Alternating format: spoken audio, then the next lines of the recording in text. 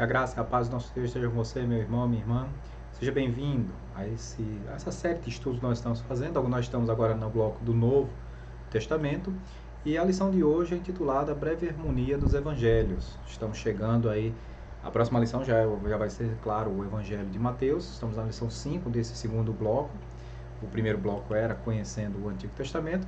E vamos entender os propósitos que temos para o estudo de hoje. Entender a relação entre os 3 primeiros evangelhos. Interessados por estudar os evangelhos em conjunto para melhor conhecer a Jesus. Compor o testemunho acerca de Jesus Cristo baseado no que a Bíblia diz sobre ele. Introdutoriamente, podemos dizer que os 4 primeiros livros do Novo Testamento, Mateus, Marcos, Lucas e João, eles são chamados de evangelho, que significa boas novas. Os evangelhos são narrativas autênticas da história de Jesus Cristo e mostram pontos de vista distintos da vida e obra de Jesus. Foram escritos por autores diferentes, para públicos distintos, mas contêm uma mensagem única. Não há melhor ponto de partida para conhecer o cristianismo do que os 4 evangelhos. Vamos entender primeiro a sua composição. Os livros do Novo Testamento eles estão organizados por grupos de afinidade. Da mesma forma também está o Antigo Testamento, não é uma ordem cronológica. Por isso, embora os evangelhos sejam os primeiros livros do Novo Testamento, não significa que eles foram os primeiros a serem escritos.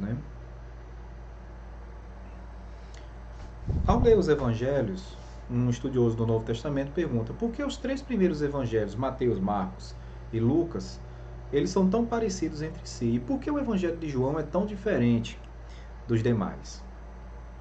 E aí a gente vai perceber que há um propósito nisso, é o que a gente chama de evangelhos sinóticos. Sim, o prefixo grego, do com, e ótico, sinótico, de ótica, sobre a mesma visão. E aí a gente vai perceber o seguinte, nessa tabelinha que eu mostro aqui para vocês, a gente vai ver o que é exclusivo de cada evangelista, o que só tem no livro de cada evangelista. Veja o percentual. Passagens exclusivas no Evangelho de Marcos, 7%. Só Marcos escreveu sobre isso, 7%. Só os Mateus, 42%. Lucas, 59%. E veja a diferença para o Evangelho de João. Praticamente o Evangelho de João é quase que exclusivo, não há repetição de 92% das narrativas nos outros evangelhos. Agora vamos ver o que se repete nos outros evangelhos. Por exemplo, Marcos, em relação aos outros 4, ele tem 93% das suas histórias, das suas narrativas, estão também narradas nos outros evangelhos. Mateus tem 58%, Lucas 41% e João apenas 8%. É aquela distinção que nós vemos, o que é exclusivo e o que é repetido nos outros espaços. Então a gente vai perceber o seguinte, que Marcos, Mateus e Lucas, eles têm um grande percentual de histórias repetidas nos outros evangelhos. Claro que com propósitos específicos de cada autoria.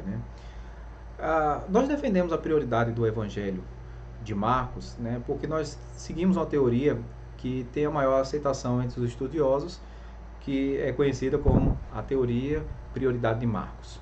Como Marcos foi o primeiro evangelho a ser escrito, essa teoria propõe que Mateus e Lucas copiaram várias passagens de Marcos, mas também usaram outra fonte que Marcos desconhecia. Como assim? Se Marcos escreveu primeiramente, os outros 2 evangelistas viram o que Marcos escreveu, pegaram boa parte, aproveitaram boa parte das suas histórias com base no que eles pretendiam também com a escritura de seus evangelhos e copiaram, fizeram o Ctrl+C, Ctrl+V.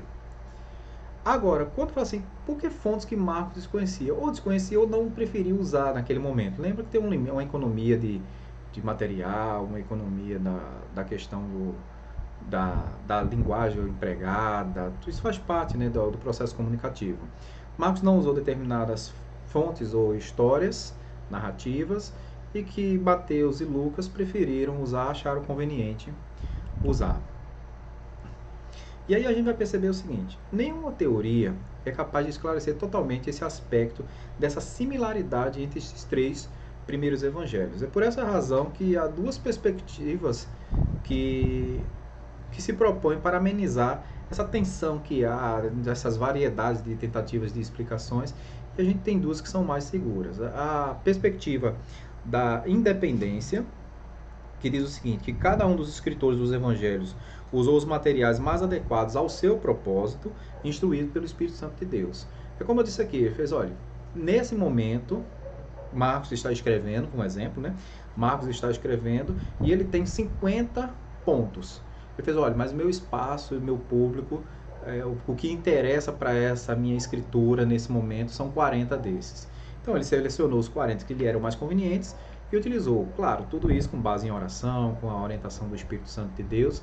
Essa é a chamada perspectiva da independência. E a perspectiva da interdependência diz o seguinte: os escritores conheciam a história de Jesus pessoalmente ou por meio do que foi comunicado pelos apóstolos, instruído pelo Espírito Santo de Deus. Então, essa interdependência, ela fala sobre essa relação que havia e como o Espírito Santo o orientou também em relação às Escrituras. E aí o fato é que quando nós comparamos esses três primeiros evangelhos, que são chamados sinóticos, eles nos ajudam a compreender melhor a vida de Jesus. Eles nos ajudam, não é que João não dê essa perspectiva, mas porque contar, repetir a história, a mesma história, muitas vezes, várias vezes, ajuda a compreender esse processo, né? Ajuda a compreender melhor esse processo. E aí a gente chega ao ponto chamado harmonia, né? Que é justamente essa harmonia entre esses evangelhos. Ao longo da história, alguns teólogos católicos, ou melhor, teólogos cristãos, porque até a Reforma Protestante não havia distinção entre igreja católica e igreja protestante. Era tudo igreja cristã, né? Claro, por mais que já tivesse o nome igreja apostólica, igreja católica apostólica romana, mas era a igreja cristã. A partir da Reforma que a gente vai ver uma certa distinção. E aí o que é que a gente percebe? Que já tentaram empreender, não seria um quinto evangelho. O que tentaram empreender foi uma harmonização desse evangelho. A primeira obra que se tem conhecimento, né, é do segundo século da era cristã, foi chamada de Tessalon. E era essa tentativa de harmonizar o evangelho. Outros empreendimentos foram feitos depois da Reforma Protestante, sim, mas a gente vai perceber que, embora nos sirva como material de pesquisa, embora nos sirva como material orientativo, a gente vai notar que a igreja cristã, a teologia cristã, ela sempre prefere recorrer ao texto bíblico original, né, o texto bíblico que nós temos nas nossas Bíblias. E isso é o que vale para os nossos estudos. A gente vai também, meus queridos, perceber que ao longo dessa tentativa, né, de harmonização, há perspectivas a serem consideradas, né? A gente lembra o seguinte: sempre que um conjunto de teólogos, um teólogo especificamente, ele seleciona determinadas passagens bíblicas, isso tem um princípio interpretativo. Não, eu entendo que esse trecho ele tem que combinar com esse daqui e essa é a sequência. Então tem sempre isso. Então a gente, para evitar essas interferências já posteriores, a gente se concentra no que é exposto, né, nas Sagradas Escrituras. E quando também falamos sobre harmonia, a gente vai perceber o seguinte, que há várias situações em que se pode fazer essas harmonias. Uma delas está relacionada ao ministério de Jesus Cristo, e aí a gente tem passagens que falam sobre a preparação, o ministério, o sofrimento e a vitória de Cristo, e essas narrativas elas estão prioritariamente nos três evangelhos, mas também no evangelho de João. E há também as passagens presentes nos 4 evangelhos, né? Por exemplo, a pregação de João Batista tem nos 4 evangelhos, o batismo de Jesus nos 4 evangelhos, Jesus parte para a Galileia, 5.000 pessoas são alimentadas, a entrada de Jesus em Jerusalém, a predição da traição, e assim, até, principalmente depois da predição da traição até a crucificação, os 4 evangelhos eles trabalham essa temática, né? Eles registram, né, essas narrativas em seus escritos. Então a gente vai perceber que quando falamos em harmonia, há uma coisa que é prioritária na escritura dos evangelistas: ministério de Jesus e as passagens presentes nos 4 evangelhos, que falam justamente sobre a preparação, né, para o ministério, o batismo, e também alguns detalhes, alguns trechos que falam sobre a sua atuação, seu ministério, os sinais que realizavam, mas aí vai dar o foco em si, ou melhor, um foco principal naqueles momentos finais do ministério terreno de Jesus, né, que fala da tradição até a crucificação e ressurreição de Cristo Jesus.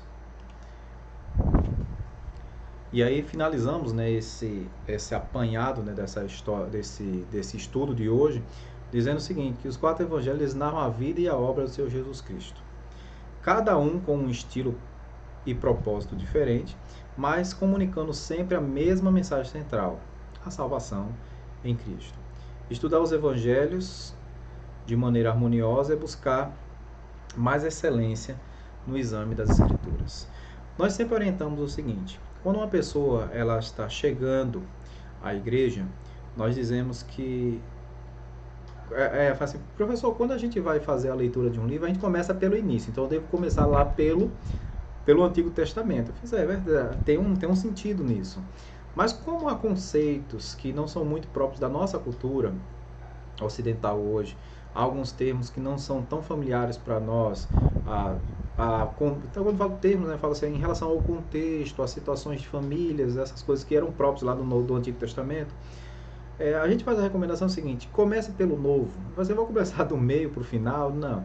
Você vai começar conhecendo o que lhe é mais familiar, o que está mais próximo da sua cultura. Quando ganhar uma certa maturidade, passe para a leitura do Antigo Testamento. Não que você não possa fazer isso antes, mas vai ajudar a compreender algumas coisas que são próprias daquela cultura hebraica, que tem mais de 3.000 anos de registro, para que a gente possa não estar se confundindo, né, com o que temos hoje como doutrina cristã, né? Então, lembrando que era ainda a formação da cultura judaica, era a formação ainda da doutrina das doutrinas, né, do judaísmo, estavam todas ainda em confecção, e como nós estamos seguindo o cristianismo, é importante que a gente comece com os livros que dão base para a nossa fé, os livros que estão no Novo Testamento. Há base para a nossa fé no Antigo Testamento? Com certeza, mas a prioridade de leitura é o Novo Testamento, e aí com uma certa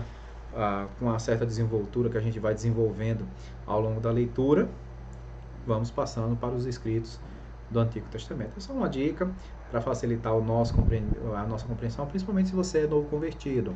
Então, siga essa orientação e eu tenho certeza que você vai ser muito abençoado. A partir da próxima semana, nós vamos entrar nos livros do Novo Testamento propriamente dizendo.